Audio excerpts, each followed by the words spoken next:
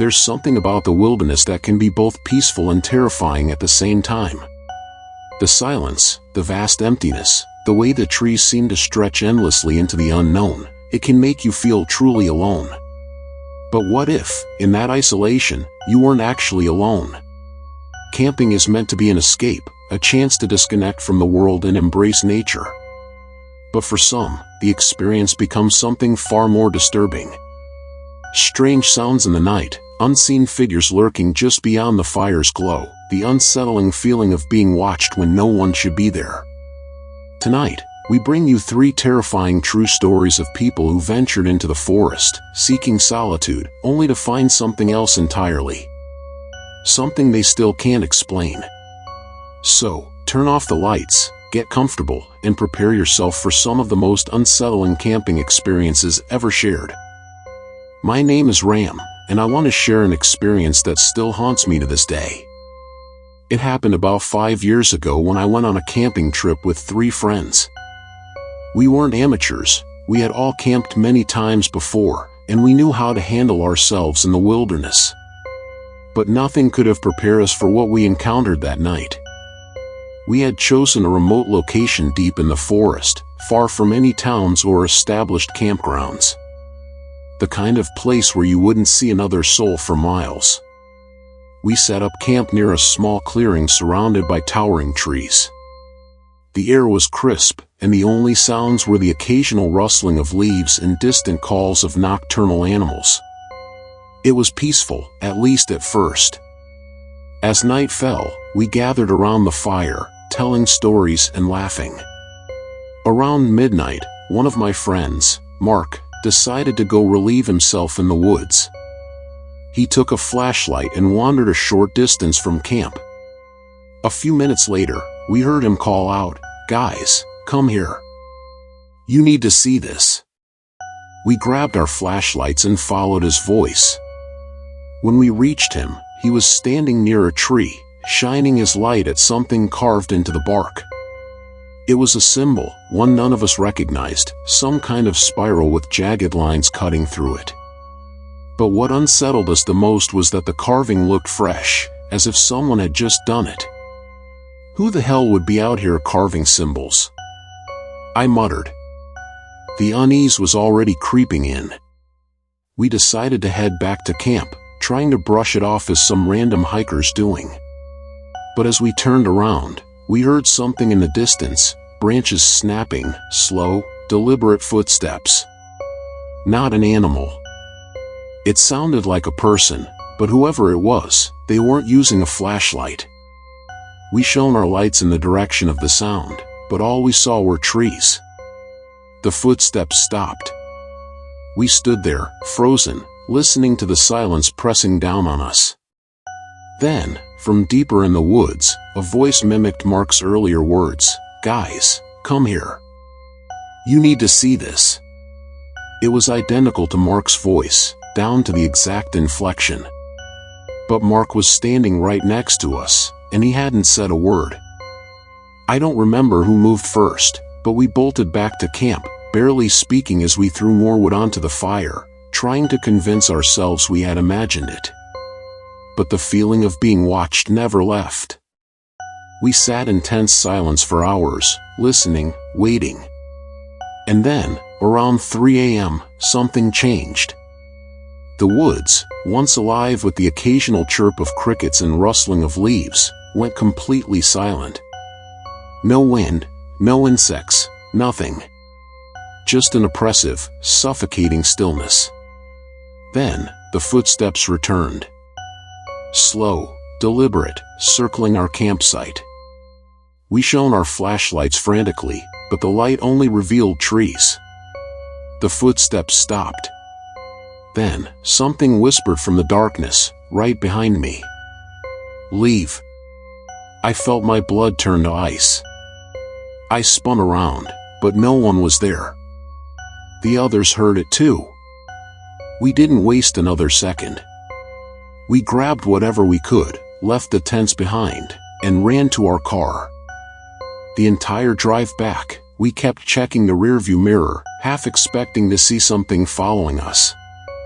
When we finally reached civilization, we barely spoke.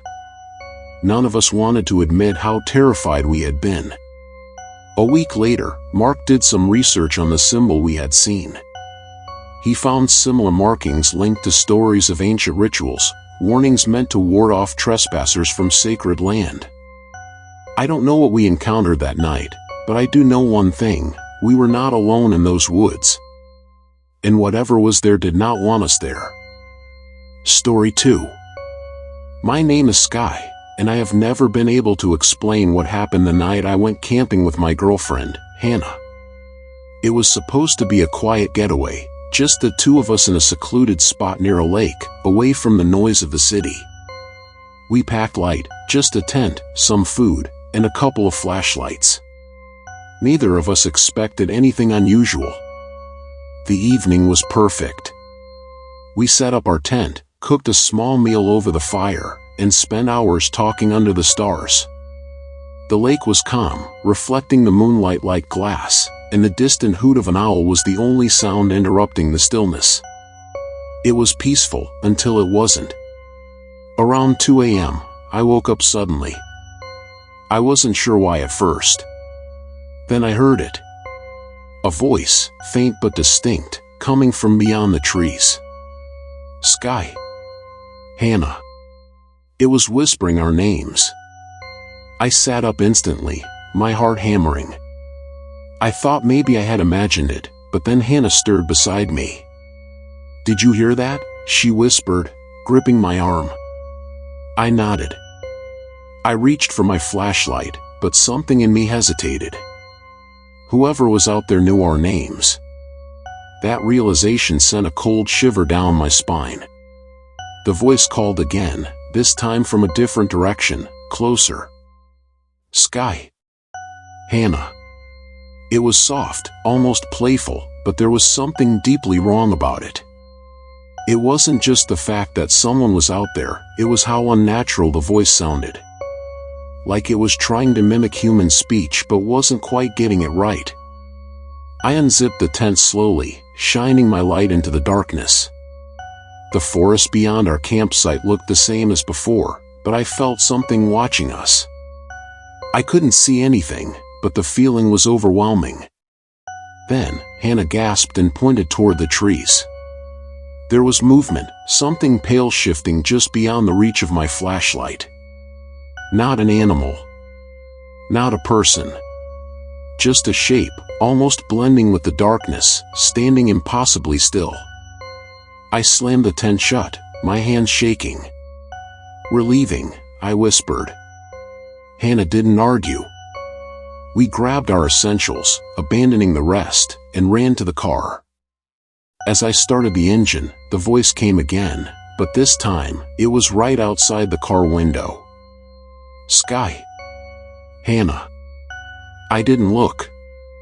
I threw the car into gear and sped off, not slowing down until we were miles away. We never spoke about it after that night. I still don't know who, or what, was out there. But I do know one thing. It wasn't human. Story 3. My name is Ander, and I have always loved nature.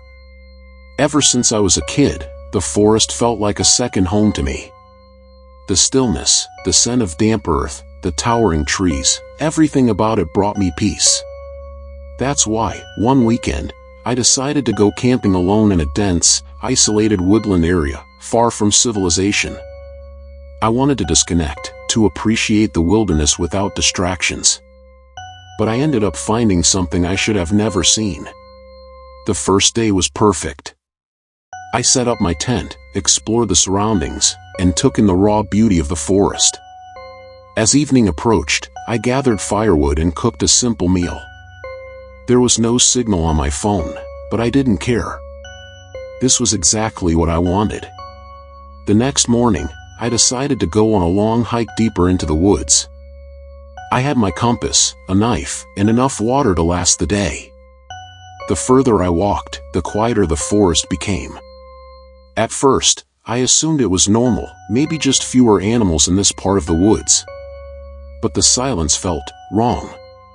Like something was off. That's when I saw it. A small clearing up ahead, with something in the center. As I stepped closer, I realized it was an arrangement of bones, small ones, possibly from birds or rabbits, placed in a precise circular pattern, with symbols carved into the dirt around them. Some of the symbols looked familiar, but most were unlike anything I had ever seen. A burned-out candle sat at the edge of the circle, wax melted into the earth. A chill ran through me. I wasn't the kind of person to believe in the supernatural, but something about this felt deeply wrong. I took a step back, suddenly aware of how alone I was out here. That's when I heard it. A branch snapping. Then another. Footsteps. Not the cautious steps of an animal, but slow, deliberate ones. Like someone was moving through the forest, trying to stay hidden, but failing. My pulse quickened. I scanned the trees, but I couldn't see anyone. The footsteps stopped. I turned around and walked back the way I came, faster than before. Every few minutes, I would hear the sound again, branches breaking, leaves rustling, something keeping pace with me. No matter how fast I walked, it never seemed to fall behind. Then I felt it. The undeniable sensation of being watched. I broke into a run. My camp wasn't too far now. The footsteps behind me sped up as well, matching my pace. But I still couldn't see anything, just trees, endless and indifferent. The only thing I could hear was my own breathing and whatever was chasing me. When I finally reached my campsite, I grabbed my backpack, tossed everything inside, and sprinted to my car. The footsteps stopped the moment I reached the vehicle. Like whoever, or whatever, it was knew I was leaving. I didn't waste time. I started the engine and drove away, not daring to look in the rearview mirror. To this day, I don't know what was following me in that forest. I don't know what those symbols meant, or who placed them there. But I do know one thing, I will never go camping alone again. The wilderness holds many secrets, some we can explain, and others that defy all logic. When we step into the forest, we like to believe we're alone, surrounded only by nature. But sometimes, the silence hides something else. Something watching. Something waiting. The people in these stories went looking for adventure, for peace, for escape. Instead, they found something far more terrifying. And the worst part? They may never truly know what it was. So, the next time you go camping, pay close attention to the sounds around you. To the rustling leaves, the shifting shadows, the feeling that someone, or something, is there with you. Because out in the middle of nowhere, sometimes the scariest thing is realizing, you were never alone. If you enjoyed these stories, make sure to like the video, subscribe for more terrifying encounters, and let us know in the comments, have you ever experienced something you can't explain?